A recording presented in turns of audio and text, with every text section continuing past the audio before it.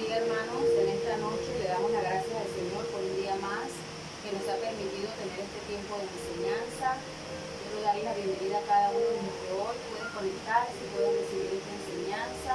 Queremos darle las gracias al Señor también por este tiempo que nos permite a nosotros para poder enseñar y llevar su palabra por nuestros pastores, por cada uno de ustedes que ha creído y ha confiado en este canal, ha confiado en la palabra que el Señor ha preparado para cada uno de nosotros a través de cada enseñanza, de cada culto. Usted pueda ser bendecido mediante esta palabra. Queremos darle gracias al Señor porque hasta ahora estamos con salud, estamos bien, porque hasta ahora hemos visto su mano poderosa. Quiero invitarle a que usted pueda allí buscar al resto de su familia y pueda sentarse allí frente a la pantalla, ponerse de pie como usted quiera hacerlo y podamos iniciar este tiempo de enseñanza con una pequeña oración para darle las gracias al Señor y pedir que su sabiduría sea en este momento, su presencia sea sobre nuestra mente, sobre nuestro corazón y que esta enseñanza pueda calar y pueda llegar a cada uno de nosotros. Padre, en esta hora te damos gracias, Señor, por este tiempo. Te damos gracias, Señor, por este día que tú nos has permitido. Te damos gracias por tu palabra. Te damos gracias, Señor, por cada persona que puede conectarse, Señor, en esta hora, en medio, Señor, aún de los tiempos difíciles, y poder decir, quiero recibir algo diferente, quiero, Señor, encaminarme en tu palabra, quiero tomar, Señor, tu palabra y quiero llevarla, Señor, en mi corazón y en mi mente cada día de mi vida. Padre, que esta enseñanza de este día, Señor, pueda ser de bendición para cada uno de mis hermanos, Señor, allí donde están en sus hogares, Señor, en los diferentes países, Padre, que esta enseñanza pueda llegar, Señor, pueda llegar al corazón y a la mente, Señor, y podamos plasmarlo y mantenerlo allí, Señor, para que en nuestros momentos de debilidades, para que en nuestros momentos, Señor, de dificultades, podamos, Señor, ponerla por obra en nuestras vidas, Dios. Padre, toma la mente, toma el corazón de cada uno de los que hoy se ha conectado. Padre, que esta palabra, que esta pequeña enseñanza pueda llegar, Señor, pueda, Padre, romper, Señor, las cadenas, pueda romper los pensamientos, los círculos, los chorumas, todo aquello que el enemigo, Señor, ha puesto en nuestra mente para no recibir, Señor, tu enseñanza. Sobre todo, Jehová, cuando estamos hablando del pecado, enséñanos, Señor, a poder, Señor, Padre, llenar nuestra mente de ti, llenar nuestra vida de tu Espíritu Santo, para que ninguna de estas acechanzas, Señor, pueda tomar dominio de nuestros pensamientos ni de nuestra carne. Te lo pedimos en el nombre poderoso de Jesús y te damos gracias, Señor, por este tiempo.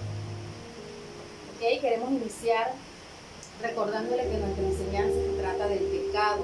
Como todos sabemos, pues el pecado es lo que nos aleja de Dios, lo que nos aparta de su presencia, lo que no nos hace grato delante de Él. Entonces queremos esta última parte, ya hemos dado 3 partes anteriormente, pero en este día queremos cerrar con algunas consecuencias por lo que el pecado puede hacer en la vida de un creyente. Yo sé que muchos de nosotros leemos la palabra, muchos de nosotros oramos, muchos de nosotros vamos a los cultos cuando era permisible antes de esta pandemia. Muchos de nosotros escuchamos adoración, muchos de nosotros vemos prédicas en nuestras casas, pero no solamente eso. Hay algo más, lo más importante que nosotros debemos hacer y tener en nuestras vidas, que es la presencia del Espíritu Santo, que es la búsqueda de la palabra del Señor y que el Señor pueda revelarnos cada día de nuestra vida las cosas que debemos hacer para que podamos mantener esa salvación, esa vida espiritual, esa relación con su presencia. Entonces, hoy vamos a mencionar algunas consecuencias del pecado. Quizás usted algunas las conoce, quizás otras no, pero no está de más que podamos recordarlo nuevamente a través de esta enseñanza. Y prácticamente todas estas consecuencias están basadas, o podemos verla para que usted se vaya haciendo un panorama en la vida de David. Yo sé que muchos hemos conocido la historia de David en todas las etapas de su vida, pero este salmo que vamos hoy a mencionar frecuentemente cuando hablemos de las consecuencias, es un salmo que David escribió en el momento más terrible de su vida, si podemos decir así. Fue un salmo que David escribió porque se sentía tan mal, se sentía tan terrible después de haber pecado con Dios. Y él escribió este Salmo 51 puede decirse que desbordando su alma o sacando lo que había en él, aún después que se arrepintió, pero era como él se sentía por haber pecado en contra de Dios, porque si usted lee el Salmo, usted ve que la afección de David, las consecuencias que él ve en su vida, no es pensando en el resto de la gente, no es pensando en el pueblo, no es pensando en sus familiares, es pensando en Dios, la persona más importante a la cual él le falla con este pecado. Entonces vamos a iniciar diciendo pues una de las cosas que el pecado hace. Cuando tú y yo, ¿sí?, que somos cristianos, porque el pecado pues nos afecta a los cristianos, a los creyentes. El pecado no afecta a las personas inconversas, como dije anteriormente, porque ellos lo ven como algo natural, lo ven como errores, y situaciones que pueden pasar y ya, se olvidaron y allí quedaron. Pero tú y yo que conocemos la palabra sabemos que el pecado va más allá y toca mucho más allá que un simple error. Entonces, una de las cosas que podemos ver en el Salmo 51 es que el pecado ensucia el alma. El pecado ensucia el alma del creyente, del cristiano, de la persona que sigue a Dios de corazón. Y en el Salmo 51, 1, usted lo puede buscar en su Biblia, dice: ten piedad de mí, oh Dios, conforme a tu misericordia, conforme a la multitud de tus piedades, borra mis rebeliones. Lávame más y más de mi maldad y límpiame de mi pecado. O sea que David se sentía sucio, David se sentía totalmente manchado, totalmente dañado. Y él decía: conforme a tu misericordia, dice, y a tus piedades borra mis rebeliones, porque David estaba reconociendo que él había cometido una falta. David estaba reconociendo que él había cometido un error, que había manchado esa vestidura que Dios le había dado. Entonces, David solamente sabía y en su mente estaba presente que el único que podía lavar esa vestidura nuevamente, un cristiano puede arrepentirse de un pecado. Un cristiano puede decir: ok, me equivoqué y pequé, pero no debe quedarse allí, porque nosotros tenemos una vestidura espiritual, la cual debemos llevar limpia. La palabra del Señor dice: sed santos pues, porque yo soy santo, y nos habla de la santidad, nos habla de que Dios nos puso un vestido nuevo que debe ser puro y sin mancha, así como su iglesia. Entonces David estaba muy claro en esto, y David se sentía sucio, se sentía que él estaba manchado, que él había ensuciado algo que era sumamente preciado para Dios. Entonces, cuando un cristiano peca y no se siente sucio, hay algo allí. Si tú y yo cometemos un pecado y nos sentimos bien con nosotros mismos, no nos sentimos sucios, no nos sentimos inmundos, es porque hay algo que está mal dentro de nosotros. Hay un problema, porque cuando tú pecas y tú reconoces que tú pecaste, que tú cometiste una transgresión, tú erraste al blanco, fuiste en contra de la voluntad de Dios y de su palabra, tiene que haber un arrepentimiento. No podemos estar tranquilos, no podemos estar felices sin remordimiento. Tiene que haber un arrepentimiento, David lo vio, David se dio cuenta que no solamente había manchado su carne, no solamente había ensuciado su carne, sino que había ensuciado su alma, porque en su alma llegó el deseo de una mujer que no era de él. En su alma llegó el deseo de matar y desaparecer a una persona para su propio beneficio. Entonces, nosotros podemos correr a Dios y Dios puede sacarnos de eso. Dios puede limpiar nuestra vestidura nuevamente.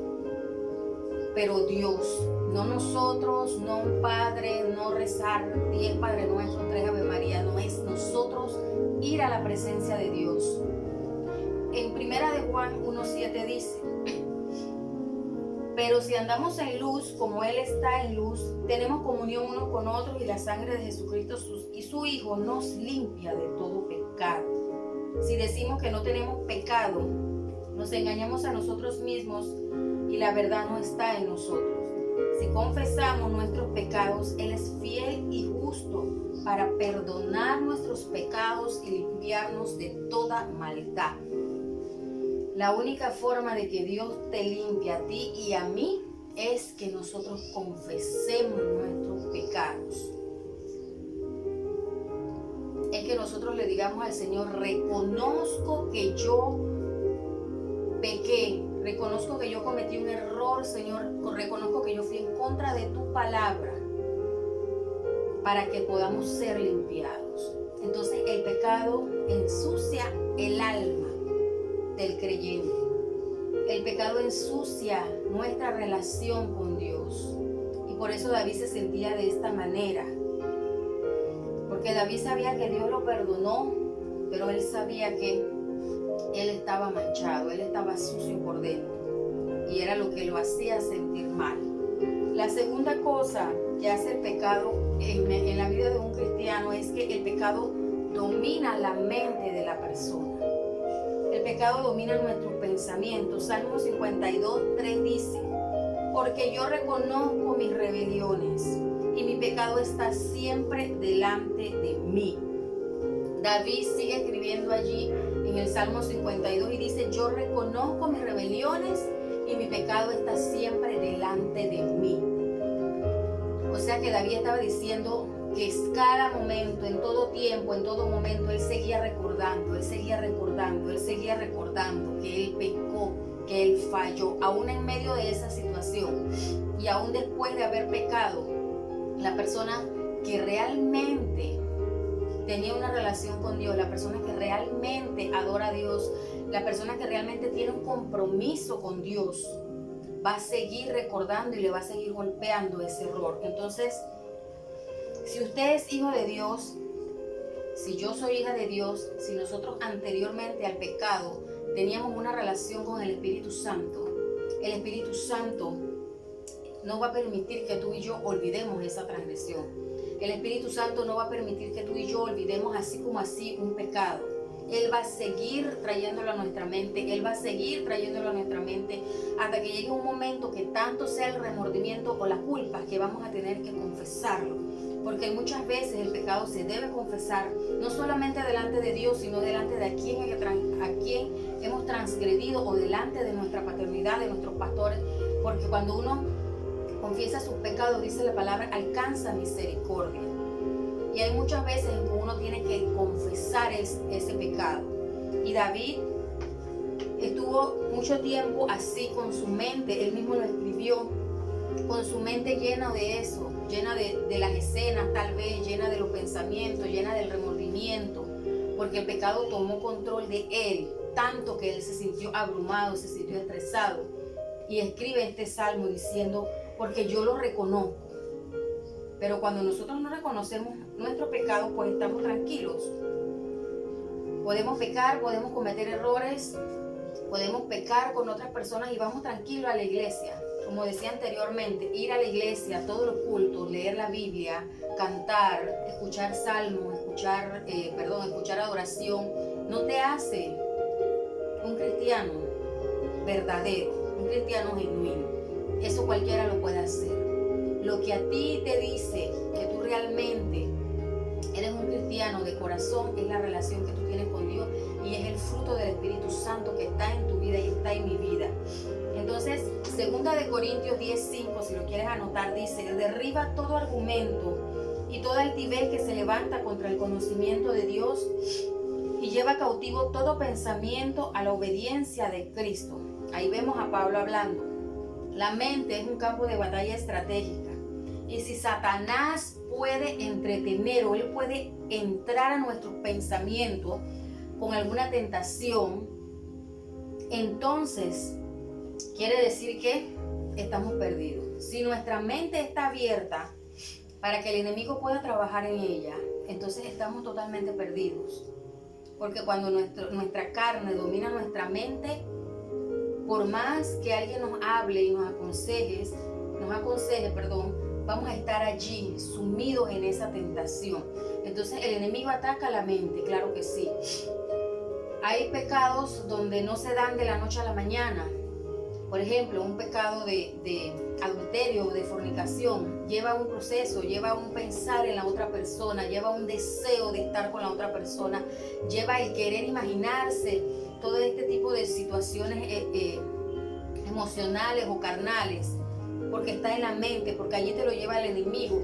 Tú ves a la persona y ese mismo día no caes, sino que tú las ves y te tratas y la sigues viendo y la sigues viendo y siguen tratándose y siguen teniendo comunicación y muchas cosas más, hasta que llega el momento en que ese pecado se lleva a lo físico, a lo carnal, a lo natural. Entonces Pablo dice que todo argumento o todo pensamiento de nuestra mente debe llevarse cautivo a la obediencia de Cristo, porque Pablo sabe que el cuerpo no puede dominar la mente. La carne no puede dominar nuestra mente, sino que todo debe ir allí, a los pies de Cristo, a las manos de Dios, al Espíritu Santo, que es el que debe dirigir nuestra vida y nuestros pensamientos. El Salmo 101:3 dice: no pondré delante de mis ojos cosa injusta. Aborrezco la obra de los que se desvían, ninguno de ellos se acercará a mí. Y lo dice claramente el salmista: yo no puedo poner mis ojos en lo que es injusto, en lo que no es correcto, en lo que va en contra de la palabra de Dios, en lo que no me pertenece, en lo que no es mío, en lo que no fue creado para mí. Dice: ¿por qué? Debo aborrecer a todos los pensamientos que se acercan a mí para dañarme. Entonces ahí estaba claro, porque está hablando de un hombre que ya pasó una situación antes de escribir este salmo. Estaba hablando de un hombre que vivió una experiencia que casi, que por poco lo deja su vida hundida. Y él está diciendo: esta experiencia me tiene que ayudar, en pocas palabras, parafraseándolo, esta experiencia me tiene que ayudar a yo no volver a cometer las mismas transgresiones o los mismos pecados. Y es lo que nos debe ayudar a nosotros, a que en nuestra mente siempre pueda estar llena de pensamientos que vengan de Dios. Nuestra mente debe estar sujeta a Dios y no sujeta pues a nuestros pensamientos o a nuestra propia concupiscencia. En Efesios 6:17 habla de qué puede proteger nuestra mente contra esos pensamientos, contra esas acechanzas, contra esos deseos que pueden venir y que pueden presentarse cada día de nuestra vida. Y dice: por ello tengo que ponerme el casco de la salvación para guardar mi mente de los dardos de la tentación. Dios no nos va a tentar de esa manera. Si yo tengo una comunión con el Espíritu Santo no me va a tentar en mi mente a yo desear al hombre de mi prójimo o a la mujer de mi prójimo, viceversa. No lo va a hacer el Espíritu Santo, lo va a hacer el enemigo. Él es el que va a traer eso a nuestra mente, y nuestra mente debe estar protegida con ese casco. La tercera cosa que puede hacer el pecado en la vida del cristiano es que puede deprimir el corazón. Para las personas, vuelvo y lo repito, siempre lo digo, para los creyentes que realmente buscan a Dios, realmente tienen una relación con Dios, realmente son siervos de Dios, el pecado los deprime.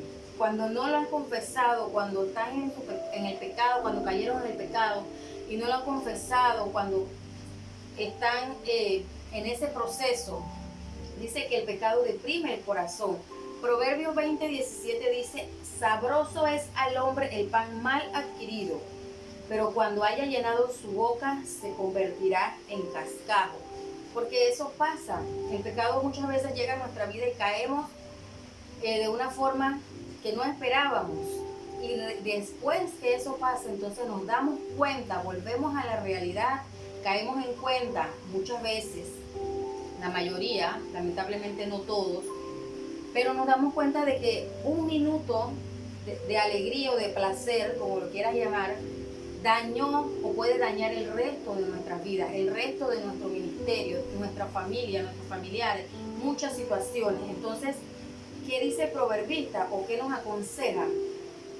Que no podemos, deleitarnos en algo y después ese algo nos va a llevar a la amargura, nos va a llevar a los problemas, nos va a llevar a las dificultades.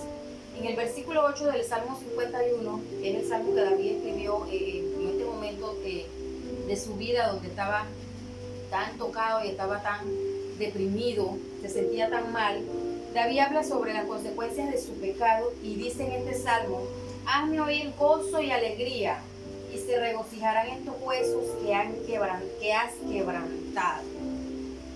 Porque David no se sentía gozoso, no se sentía alegre. Dios perdonó su pecado, pero él se sentía mal. No había gozo ni alegría en él. Y decía, se regocijarán estos huesos que has quebrantado. O sea, Dios no lo había afectado físicamente a él. Dios no lo había dañado, él no se había caído, ningún hueso de él, de su hueso de su cuerpo estaba quebrado. Pero así se sentía él por dentro.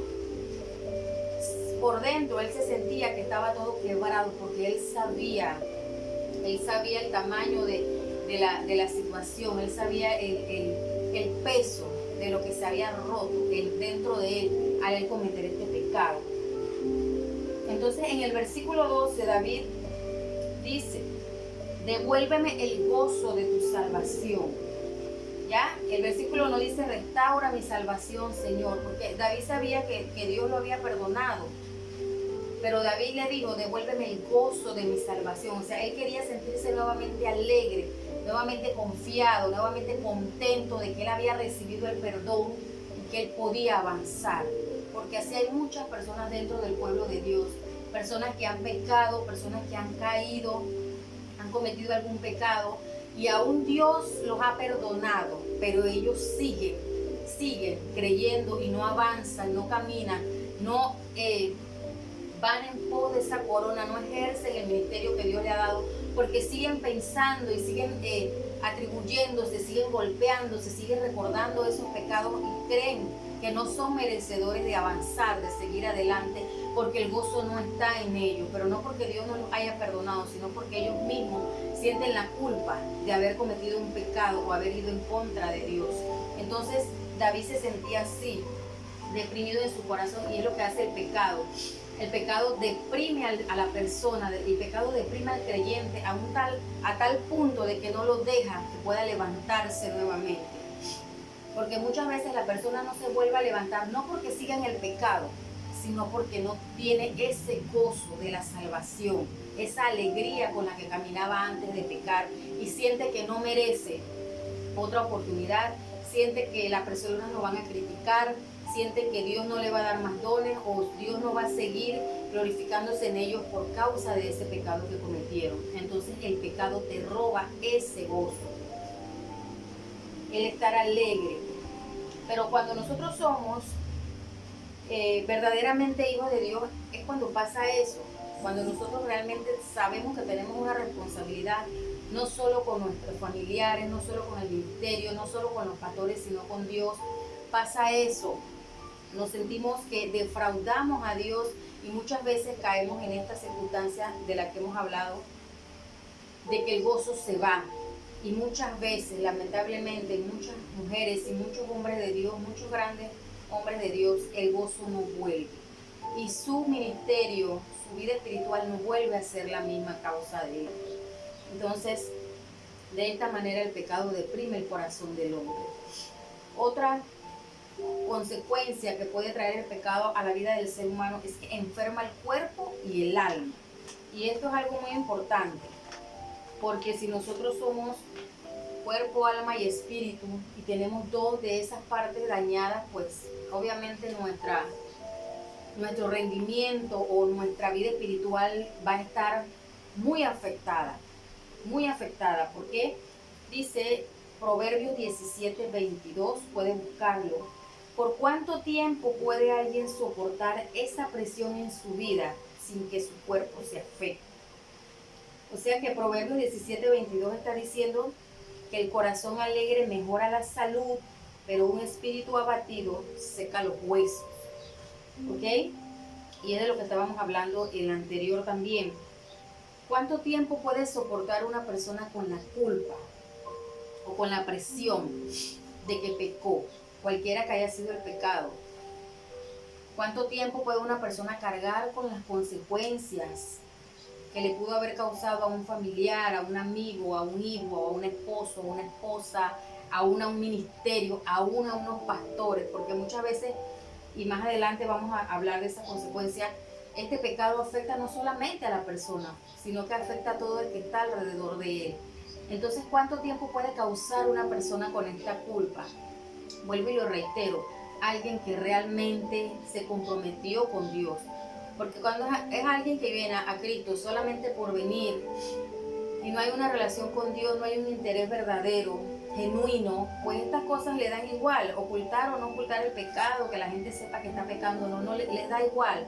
Pero cuando es una persona que realmente tiene ese compromiso con Dios, entonces va a sentirse afectado. Dice que el corazón alegre mejora la salud, pero el espíritu abatido seca los huesos. ¿Ok? Viene la depresión a la vida de la persona. Viene la depresión, la persona no se alimenta correctamente, no come, no toma sus medicamentos, se echa al abandono, daña su cuerpo, no duerme. Todo esto afecta al cuerpo, naturalmente hablando. Entonces, el alma, que forma parte de nuestro cuerpo, es esa parte anímica de nosotros, también es afectada. Así como el gozo es medicinal, dice que el abatimiento es venenoso, porque va dañando nuestro cuerpo, el no querer hacer nada, la persona que está envuelta en sí mismo y en el dolor de lo que hizo, en la culpabilidad, pues no quiere hacer nada, no quiere levantarse de la cama, se siente realmente apartada o separada de Dios. Entonces, cuando una persona está bajo presión psicológica y espiritual, dice que su cuerpo se puede ver afectado, y es a lo que le llamamos enfermedad psicomática. Psico, que quiere decir mente, y soma, que quiere decir cuerpo. O sea que nuestra mente va a hacer que nuestro cuerpo se enferme. ¿Por qué? Porque vamos a estar abatidos. Nuestra mente va a estar allí sintiéndose menospreciada. Nuestra mente va a estar diciendo: ¿para qué sirvo? ¿Para qué voy a seguir? ¿Para qué voy a buscar de Dios? Soy una inmundicia, soy una porquería, pequé, ¿para qué como? ¿Para qué me alimento? Entonces la mente va a ir trabajando el cuerpo de la persona en el estado anímico. La mente va a ir diciéndole al cuerpo que no funcione, que no sirve en esta área, que no sirve en la otra. Si no te levantas de la cama, pues no puedes, el cuerpo no puede cumplir con las funciones vitales. Entonces la mente va a afectar al cuerpo, y por eso muchas veces también vienen las enfermedades. Una mente que está llena de rencor, de odio, una mente que está llena de pensamientos contra otras personas a causa de su pecado, puede traer también enfermedad al cuerpo. Entonces, de esa manera puede estar afectado nuestro cuerpo y nuestra mente también. En 1 Corintios 11:30, puede buscarlo, Pablo exhorta a los cristianos, dice que él los exhorta porque ellos actuaron de una forma irreverente. Pablo les dice a ellos: por eso hay entre vosotros muchos enfermos y debilitados, y muchos duermen. Y Pablo se estaba refiriendo ahí, pues obviamente de muertos espiritualmente hablando, de que había mucho pecado, porque ellos estaban siendo irreverentes en la cena del Señor. Ellos, por decirlo así, estaban tomando la Santa Cena indignamente porque estaban en pecado. Y Pablo le decía: por eso es que están enfermos, por eso es que el cuerpo está enfermo, porque están haciendo las cosas de manera irreverente, están en pecado y aún así lo están haciendo. Entonces el corazón alegre, dice, y el gozo del Señor son una medicina maravillosa. En Nehemías 8:10 dice que el gozo de Jehová es nuestra fortaleza. Nuevamente volvemos al gozo, porque el gozo es el que se refleja en nuestra vida. El gozo es el que va a traer a nuestra mente ese pensamiento positivo, ese pensamiento agradable. Y ese pensamiento agradable, positivo, es lo que va a traer a nuestro cuerpo la salud nuevamente, el ánimo, el querer estar de pie, el querer hacer las cosas, el tener alegría, porque el gozo es mucho más que la alegría todavía. La alegría la puedes sentir por momentos, cuando te pasa algo bueno, algo bonito, pero el gozo lo vas a mantener siempre dentro de tu corazón, y es como esa chispa o esa gasolina que vas a tener para estar animado. Todos los sentidos, dice, que se atrofian por el pecado. El raciocinio y los sentimientos se distorsionan. Mucha gente excusa sus pecados. Y es donde vamos a hablar del raciocinio humano. La gente excusa su pecado. Muchos hombres y muchas mujeres de Dios dicen, lo que pasa es que mi esposa no me atendía, lo que pasa es que mi esposa no estaba conmigo cuando yo quería, lo que pasa es que mi esposo esto, mi esposa lo otro. Entonces, todas esas excusas racionales vienen a justificar que yo cometí adulterio porque pues mi esposa no me atendía o mi esposo no estaba en casa nunca. Entonces, por eso yo tuve la necesidad de buscar otra persona. Entonces, la persona busca con este razonamiento que los demás lo entiendan y digan, ah, ok, tu esposa no quería estar contigo, entonces tiene derecho porque eres un hombre y necesitas ser atendido. O tratándose de cualquier otro pecado. Lo que pasa es que yo empecé a aceptar dinero de manera indigna porque mi sueldo no me da, porque tengo muchas cosas que hacer, porque yo diezmo, porque yo ofrendo, porque yo doy para la obra, porque yo pago mis deudas, porque yo pago esto y yo pago lo otro. Y bueno, ese dinero me lo están regalando. Pero la persona sabe que el dinero lo está tomando de una forma indigna, que no es grata a los ojos de Dios. Entonces el raciocinio humano le dice que por él tener una necesidad, él puede hacer. Entonces el raciocinio que viene a nuestra mente y los sentimientos nos distorsiona nuestra mente. Lo que pasa es que esta persona me cae mal y yo le caigo mal, entonces yo no puedo tratar a esta persona porque yo no le caigo bien. O yo no puedo recibir a esta persona porque yo no le caigo bien. Entonces muchos pecados que se dan en la vida de un creyente, muchas veces la persona lo lleva al raciocinio humano, a su mente y a sus propios pensamientos, a su propia concupiscencia para justificarlo. Y es allí donde se afecta a la mente. Porque yo tengo una justificación, entonces el resto de la congregación, el resto del mundo entero, tiene que aceptar mi pecado porque yo tengo una necesidad. Y no es así. Nuestra mayor necesidad debe ser Dios. Nuestra mayor necesidad debe ser el Espíritu Santo. Y hay muchos versículos más para respaldar esto. Porque si yo tengo una necesidad, la palabra dice que mi socorro viene de Jehová. La palabra dice que mi Padre es el dueño del oro y de la plata. Y así podemos mencionar muchos versículos más. Pero cuando la persona está encerrada en su propia mente y el pecado afecta su mente también de esta manera, dice que la persona distorsiona para poder justificar su pecado. La voluntad también es afectada.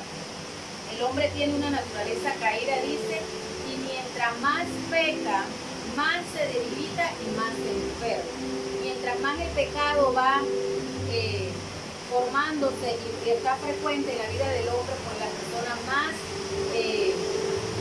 se va a debilitar, más va a estar más débil en su vida, porque allí está ese momento siempre va a ser que la persona esté en caída, nunca va a estar en su vida, siempre va a estar en caída. Entonces pues se va a debilitar espiritualmente porque la presencia del Espíritu Santo no va a estar dentro de una persona que está constantemente pecando. Otra de las consecuencias del pecado, que también es muy importante, porque es lo que nosotros mostramos al mundo, es lo que nosotros reflejamos al mundo como cristianos, y es que el pecado destruye el testimonio. El pecado destruye el testimonio del creyente, no solo de la persona que está pecando, sino del mismo evangelio a nivel mundial, a nivel nacional. El pecado destruye la figura o la imagen de la iglesia, de Dios, de los pastores de la iglesia a la cual pertenece la persona que peca. El pecado también afecta a los familiares.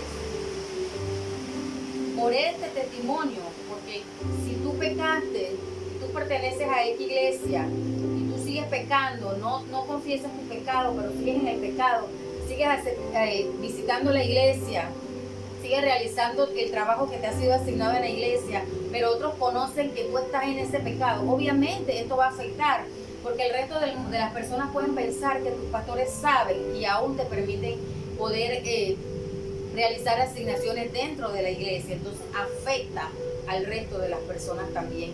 Tu testimonio cuando cometemos pecados. El pecado destruye, dice que la esencia original de cómo Dios creó al hombre. al inicio hablamos de que Dios nos creó a su imagen y semejanza. Dios creó a Adán y Eva a su imagen y semejanza.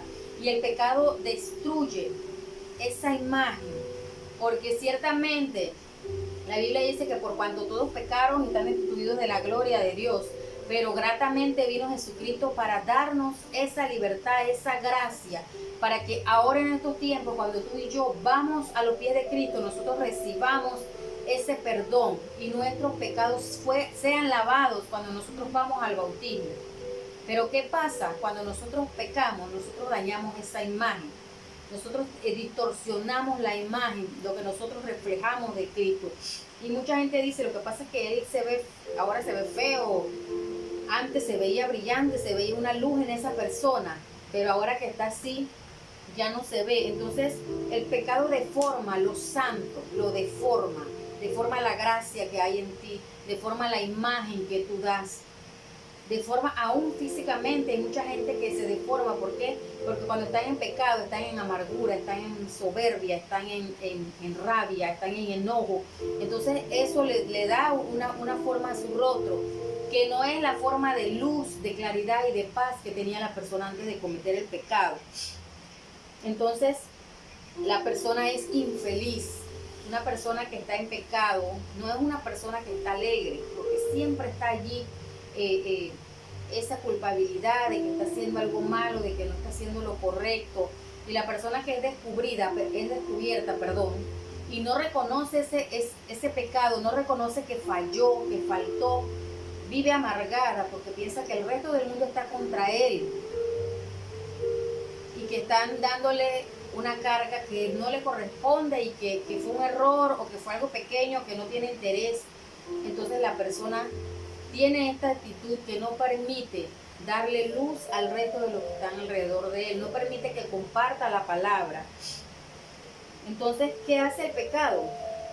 En nuestro testimonio trae corrupción, trae suciedad, trae inmoralidad, deformación del carácter, malas decisiones, errores, enfermedades, maldiciones, violencia, amargura, inestabilidad.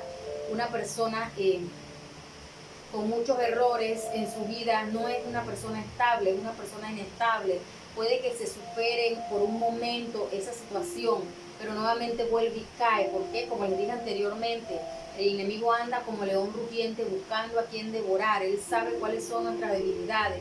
Y si nosotros no nos afirmamos, nosotros seguimos endebles ante el pecado que cometimos. Bueno, puede que el que cometió fornicación dejó a la persona, pero no cerró ese ciclo, no confesó ese pecado, no tuvo su tiempo con Dios para ser nuevamente restablecido, para ser nuevamente llenado de la presencia, y la persona sigue endeble en ese pecado y el enemigo sabe que nuevamente puede atacarlo por ese lado. Entonces es inestable, no es una persona afirmada. Y el tener un testimonio sano, nosotros como cristianos, tiene dos propósitos. El primero está escrito en Mateo 5:14, y dice que vosotros sois la luz del mundo.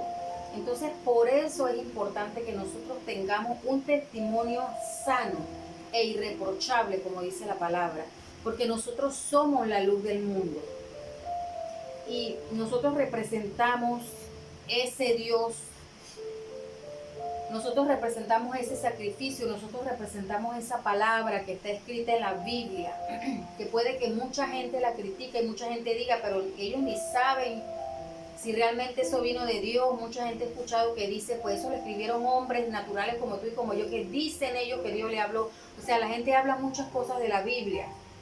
Por eso es importante que tú y yo seamos la luz del mundo y que esa palabra que está escrita en esa Biblia pueda ser manifestada a través de nuestro testimonio para que sea creíble. Porque hoy en día la gente no va a los pies de Cristo por un milagro, una sanidad, porque ya hasta eso se ha alterado, ya hasta eso se ha dañado. La gente va porque ve un testimonio en ti y en mí y cree que hay un Dios, cree que hay personas que pueden hacerlo bien. Entonces es uno de los puntos por lo que es importante mantener un testimonio, no dejar que el pecado dañe el testimonio. Si tú caíste, si tú pecaste, nuestro deber, mi deber, si yo caí o pequé, es que podamos confesar nuestro pecado y podamos nuevamente levantarnos, aceptar lo que Dios va a hacer en nuestras vidas, ese trato, esa corrección en nuestras vidas para volver nuevamente a ponernos en pie y a seguir caminando en esta obra. Entonces Pablo dice que seamos santos, e irreprochables. En Tito 2:8 dice que el otro propósito es que Satanás nos acusa delante de Dios y Satanás le habla mal a Dios de nosotros.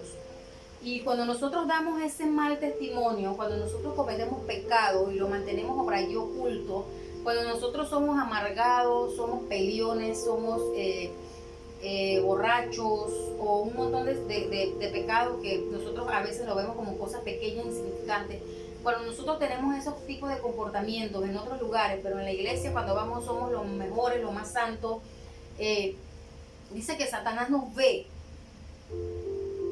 Nosotros le estamos dando a él cabida, le estamos dando a él pruebas para que él vaya delante de Dios y hable mal de nosotros. Entonces ese mal testimonio le da razón y le da propiedad a Satanás para hablar mal de nosotros. Si usted ha leído en la Biblia, los demonios le decían aún a los mismos que estaban con Jesús, conozco a Pablo, conozco a fulano, a mengano, vamos a decirlo así en este tiempo, conozco a cierto pastor, a cierta pastora, pero a ti no te conozco, o sea, ¿quién tú eres? Entonces, los demonios saben quiénes somos nosotros porque ellos nos vigilan. El enemigo sabe quiénes somos nosotros porque ellos nos vigilan. Entonces, cuando tú y yo tenemos un mal testimonio, nosotros le estamos dando carta abierta al enemigo para hablar mal, le estamos dando pruebas, que él tenga prueba de decir, tú sabes qué, Dios, mira, este fulano de tal, yo lo vi así, así, y tú no me puedes decir que no porque yo lo vi. Entonces, no permitamos que el enemigo tenga carta abierta porque él lo hace. En Tito 2:8 dice que Satanás tiene la costumbre de decir cosas malas de nosotros ante Dios. Y en Tito 2:8 usted lo puede buscar y lo puede leer también. Ahí se lo va a explicar o se lo va a describir. Jesús mismo le advirtió a Pedro. Dice que en Lucas 22:31 Jesús le dijo que Satanás lo había pedido para zarandearlo como trigo. O sea que Satanás habló con Jesús. Satanás se presentó delante de Dios porque Jesús se lo estaba diciendo a sus discípulos.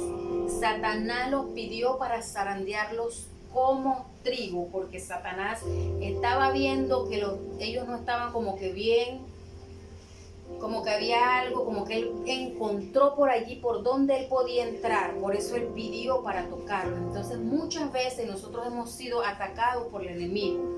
Cuando el pecado viene a nuestras vidas, es porque de repente hay algo allí que está dando alguna luz, cierta luz. No he dicho que cometamos el pecado, estemos pensando siempre en eso, pero hay una defensa que se tuvo que haber bajado. Y es lo que pasa en la guerra.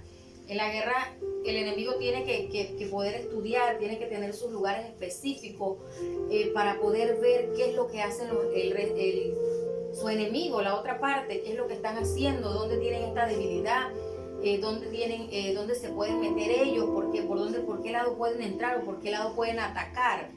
Porque el enemigo porque cuando se está en una guerra, un país tiene que estudiar al otro para poder ver de qué manera lo va a atacar. Entonces así mismo hace el enemigo contigo y conmigo. El enemigo ve nuestro testimonio, nos estudia y él ve de qué manera puede entrar, de qué manera puede tocar, por qué lado se puede ir. Mira que este estuvo ahí chateando con la hermana tal y él cree que nadie se dio cuenta porque los pastores no ven su teléfono, los pastores no ven sus mensajes, pero el diablo sí lo vio y sabe que por ahí puede meterse. El diablo sabe que por ahí puede entrar con el adulterio, porque ya el hombre le dio cabida o la mujer ya le dieron cabida por ese lado. Entonces, también podemos verlo con Job. Job directamente no estaba pecando, pero Job sabía lo que hacían sus hijos. Job era un hombre que tenía una relación con Dios. Job era un hombre que era irreprochable delante de Dios, pero Satanás sabía que había por allí una pequeña grieta, una pequeña rendija, una pequeña debilidad de Job, por donde él podía entrar y causar estragos. ¿Y qué dice Dios? Dios le da el permiso a Satanás para tocar la vida de Job. ¿Y qué tocó Job? A sus hijos, sus riquezas. Porque Job siempre iba a ofrecer holocaustos, sacrificios por sus hijos, porque Job sabía lo que sus hijos hacían, que no era agradable a Dios. Entonces Satanás pensó que tal vez yendo por ese lado, Job iba a renegar de Dios, porque le iba a quitar todo lo que él guardaba y cuidaba, que eran a sus hijos, delante de Dios. Entonces muchas veces podemos estar así, podemos tener áreas de nuestras vidas que pueden estar tal vez un poco débiles, y por ahí el enemigo entra y daña el testimonio. Esta persona siempre habla de la prosperidad, esta persona siempre habla de que hay que darle a Dios, esta persona siempre habla de la ofrenda, que hay que bendecir al pueblo de Dios, esta persona siempre así. Entonces yo me voy a meter por su finanza, yo voy a dañar su testimonio por su finanza, para que esta persona se quede sin nada y reniegue de Dios. Y muchas veces nosotros caemos en eso. Muchas veces que terminamos estafando, terminamos renegando de Dios, estafamos a otro porque no tenemos dinero, porque dejamos que el enemigo dañara nuestro testimonio. Y hay muchos ejemplos más, pero el testimonio es una carta abierta para el resto del mundo. Tarde o temprano, cualquier cosa que nosotros hagamos al oculto, según nosotros el oculto, va a salir a la luz, porque lo dice su palabra, que todo lo oculto sale a la luz. Y el que se encarga de sacar a la luz todo lo oculto es el enemigo, porque quiere dañar nuestra imagen delante de Dios y delante de los hombres.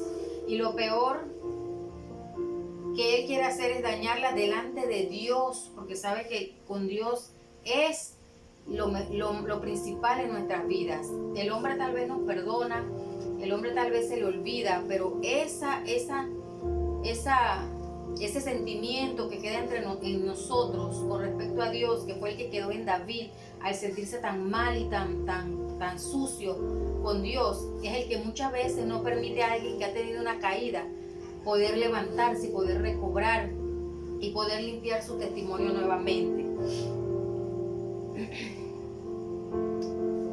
En Gálatas 5:13, para terminar, quiero terminar con esto. Gálatas 5:13 dice que a libertad fuisteis llamados, solamente que no la uséis la libertad como ocasión para la carne. Y Primera de Corintios 8:9 dice, pero mirad que esta libertad vuestra no venga a ser tropezadero para los débiles. ¿Ok? Fuimos llamados a libertad. Nosotros tenemos libre albedrío de parte de Dios. Jesucristo hizo un sacrificio para que nosotros hoy tuviéramos la gracia de poder recibir esa vida eterna.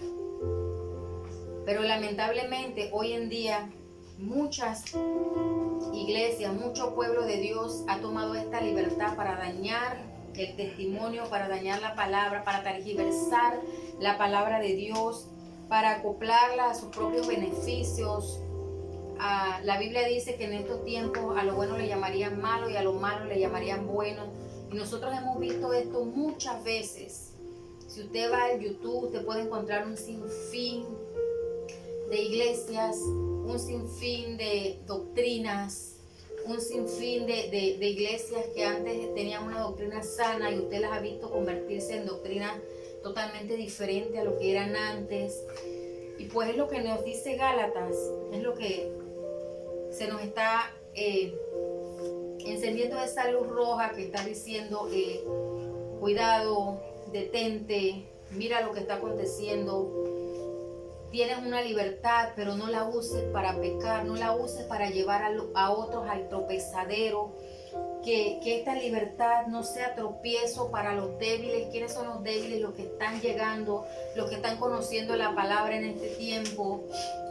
Los débiles son los que tal vez no la conocen como tú y yo. Los débiles son los que vienen a los pies de Cristo por una situación, por una muerte, por un dolor, por un sufrimiento, y llegan a veces a iglesias donde no se les da la atención, donde la gente está haciendo lo que quiere.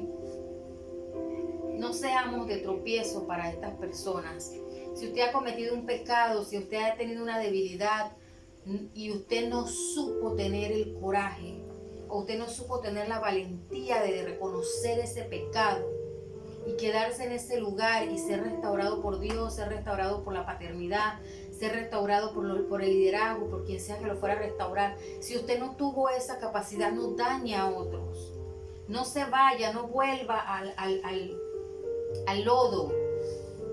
No vuelva a ese lugar, no sea como los cerdos. Los cerdos no tienen ningún problema en estar en el lodo, porque a ellos les gusta estar sucios. Pero nosotros no somos cerdos. Nosotros somos imagen y semejanza de Dios, que no nacimos para vivir en pecado, ni nacimos para dañar a otros con nuestros pecados, para arrastrar a otros con nuestros pecados. Seamos de los que avanzamos y no retrocedamos.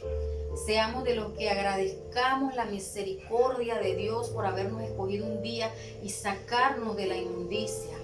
Que esta enseñanza que usted ha recibido durante todo este mes no caiga en piedra, sino que caiga en tierra fértil y que usted pueda tomarla y hacerla presente en su vida cada día. El enemigo nos va a acechar, el enemigo va a querer tocarnos y dañarnos cada día de nuestras vidas. Pero usted hoy no tiene excusas delante de Dios para decir que usted no sabía que era pecado. Para decir que usted no sabía que si usted cometía X pecado, usted podía acarrear todo esto que hemos mencionado en este día. Usted hoy no tiene excusa para decir que usted no conocía la palabra y que usted pensaba que si usted se agarraba una plata ajena no había consecuencias. Sí, daña. ¿Cuánta gente cristiana pidiendo dinero prestado que nunca lo han pagado? Que se han ido y han salido de pelea con las personas para no pagarle. Eso daña el testimonio, no solamente de la persona, daña el testimonio de la iglesia de Dios, daña el testimonio de Dios en la vida del ser humano. Y muchos otros ejemplos que pudiéramos decir y quedarnos aquí mencionándolo.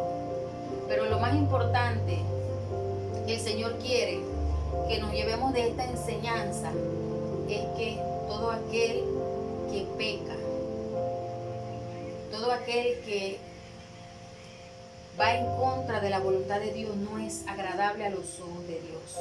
Todo aquel que comete un pecado, no se arrepiente de él, va a vivir en enfermedad, va a vivir en miseria, en escasez. La bendición de Dios, el Espíritu Santo, no va a estar con esa persona por más que vaya a la iglesia, por más que quiera orar, por más que quiera leer la Biblia. No va a estar la presencia y la bendición de Dios en la vida de una persona que está en pecado y que no se arrepiente de sus pecados. Así que quiero dejarle en esta noche con esta palabra, con esta humilde enseñanza. Atesore, dígale al Espíritu Santo, sigue tratando mi vida, sigue llenando mi mente, sigue llenando mi corazón.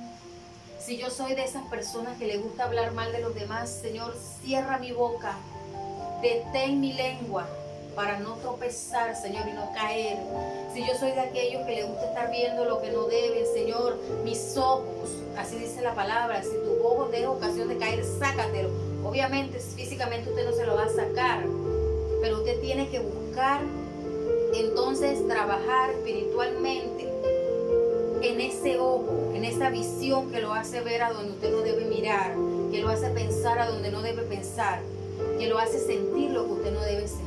Pero para eso se necesita una relación con el Espíritu Santo. Para eso necesita que yo pueda descubrir mi corazón, para que Dios pueda limpiarlo y pueda sanarlo, y podamos ser así como David, un hombre que cometió muchos errores, un pecado que le llevó a sentirse de una manera tan terrible en el Salmo 51. Y si usted se siente en esta situación, si usted está cometiendo algún error, alguna equivocación en su vida, vaya al Salmo 51 y léalo y véalo cómo usted puede sentirse. Vea lo que el pecado causó en la vida de David, vea lo que David pudo reconocer reconocer en medio de esta situación, para que usted pueda levantarse y usted pueda estar nuevamente en pie y usted pueda seguir en esta batalla, en esta carrera, y usted pueda obtener esa corona, porque es el deseo del ministerio, es el deseo de Dios, es el deseo de este ministerio, es el deseo de los padres de la casa con esta enseñanza, que todo aquel que había perdido el norte y todo aquel que había errado al blanco pueda nuevamente ponerse en la posición correcta y pueda mirar al blanco, que es su salvación, la vida eterna. Queremos darle gracias al Señor por este tiempo. Le pedimos al Señor en esta hora que bendiga a cada uno de los que hoy se conectó, a cada uno de los que hoy abrió su corazón para recibir esta enseñanza. Padre, en el nombre de Jesús te pedimos que tú tomes control de las mentes. Padre, que todo pensamiento contrario a tu palabra, Señor, sea cautivo, Jehová, sea llevado, Señor, a tus pies, Jehová, en esta hora. Sea quebrantado todo pensamiento, Señor, que no venga de parte tuya, que dañe, Señor, la vida del creyente. Te pedimos que esta palabra, Señor, pueda ser calada, Señor, en los corazones de cada uno de los que hoy se dispuso, Señor, a escuchar, Padre, a sentarse y a recibir esta enseñanza, porque a veces somos, Señor, orgullosos, somos sabios en nuestra propia opinión y creemos que lo sabemos todo, Jehová, mas tú eres el único que tiene, Señor, ese, Padre, donde conocer y saber lo que hay en nuestras mentes y en nuestros corazones. Padre, bendice, Señor, a cada hermano en esta hora. Bendice a la paternidad de la casa, Señor. Bendice a cada líder, a cada hermano, Señor, en esta hora, en los diferentes países, Señor. Padre, que tú puedas ser ese Dios que dé luz, que dé sabiduría, que abra el entendimiento, Señor, y puedas darnos, Señor, si nos hemos equivocado, si hemos flaqueado, Señor, puedas darnos, Señor, esa gracia de volver a levantarnos y volver a decir, Señor, me levanto nuevamente, Señor, dejando atrás todo lo que he vivido, todo lo que he hecho, pero necesitamos poder rendirnos delante de Dios y reconocerlo para que Dios se haga manifiesto en nuestras vidas. Quiero invitarte a que tú puedas seguir aportando con tus diezmos y tus ofrendas al ministerio, si está en tu corazón así hacerlo. Te invitamos a que lo hagas en nuestra cuenta corriente de Banismo, Ministerio Apostólico Pan Verdadero. En la parte de abajo usted puede ver el número de cuenta 0109-594573, y usted puede allí depositar sus diezmos, sus ofrendas, pueda tener ese gozo de poder darle al Señor algo de lo que Él ya nos ha dado a nosotros en medio de este tiempo. Y sin más, pues, gracias por su atención, gracias por conectarse. Siga enviando este enlace a sus familiares en otros países. Siga diciéndole a todo el que usted conoce que hay una iglesia en Panamá, hay un link que está allí esperándolo para darle una palabra de parte del Señor. Y recuerden, nací para hacer historia, soy Pan Verdadero.